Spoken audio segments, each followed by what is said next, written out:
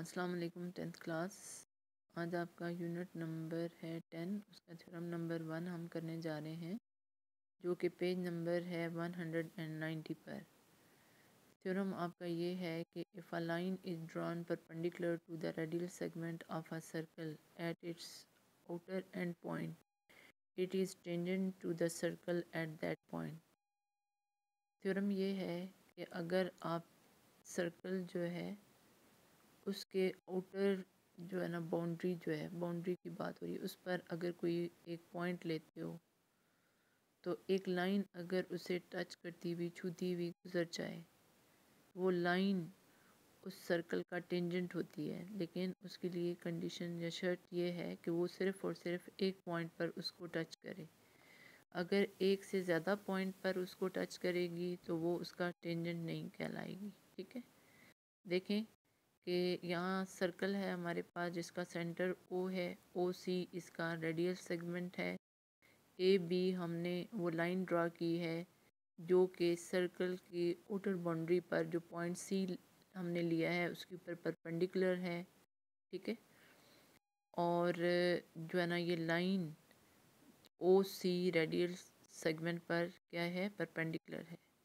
उसके बाद हमने एक और पॉइंट पी ले लिया है जो कि सर्कल से बाहर है और लाइन पर मौजूद है, और फिर हमने कंस्ट्रक्शन ये की है कि पी को ओ के साथ मिला दिया है। इस तरह हमारे पास ट्राइंगल ओ सी पी या पी सी ओ बन गई है। ठीक है, अब देखें इसको हम प्रूव कैसे करते हैं। सबसे पहले गिवन है हमारे पास a circle with center O C is the radial segment, A B is a perpendicular to OC at its outer and C।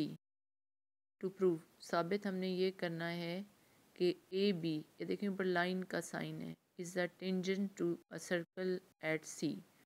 यानी हमने साबित करना है कि ए बी सर्कल का जो पॉइंट है, आउटर पॉइंट जो है सी, यानी सर्कल की बिल्कुल बाउंड्री पर जो है उसको एक पॉइंट पर या इसी पॉइंट पर टच करती हुई गुजर रही है। ठीक है, कंस्ट्रक्शन हमने ये की कि take any point P other than C, कि हमने एक और पॉइंट पी ले लिया सी के अलावा।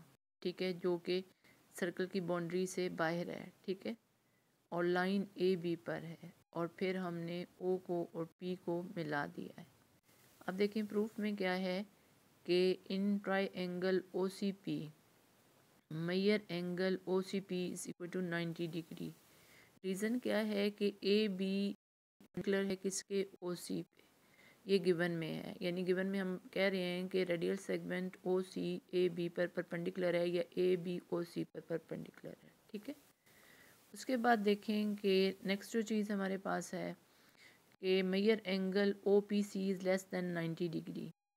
वजह क्या है कि किसी टाइप की भी ट्राई एंगल हो, उसके तीनों एंगल का सम 180 के बराबर होता है। ठीक है, तो एक एंगल अगर 90 हो गया तो बाकी दो एंगल जो बचे वो लेस देन 90 यानी एक्यूट एंगल होंगे।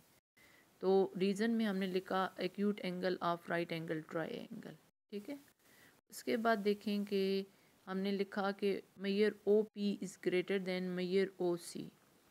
रीज़न क्या है कि जो आपके पास साइड जिसकी लेंथ ज़्यादा होती है, ठीक है, तो उसके सामने जो है ना, या आप ये कहें कि बड़े एंगल के अपोजिट जो है वो साइड जो है लेंथ में ज़्यादा होती है, और छोटे एंगल के अपोजिट जो साइड होती है उसकी लेंथ क्या होती है, कम होती है।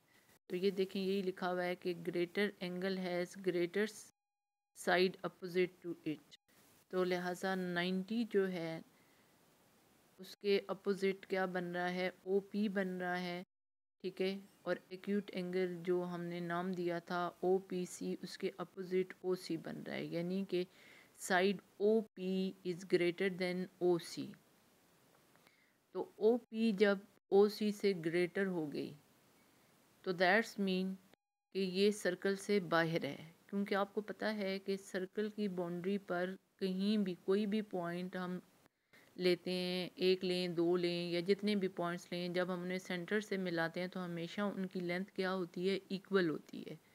लेकिन यहाँ O P is greater than O C हो गया। दैट्स मीन के पॉइंट जो आपके पास क्या है, पी, पॉइंट पी जो है वो आपके पास क्या है, point P is a point outside the circle, के पॉइंट पी जो है वो सर्कल से बाहर है, ठीक है। O C is a radial segment, ठीक है।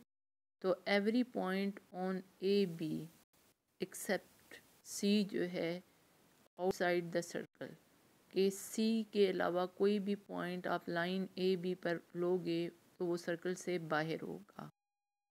तो इससे ये प्रूव हुआ कि hence A B intersect the circle at point C only, के ए बी लाइन जो है वो सर्कल को सिर्फ एक ही पॉइंट सी पर क्या कर रही है, इंटरसेक्ट कर रही है।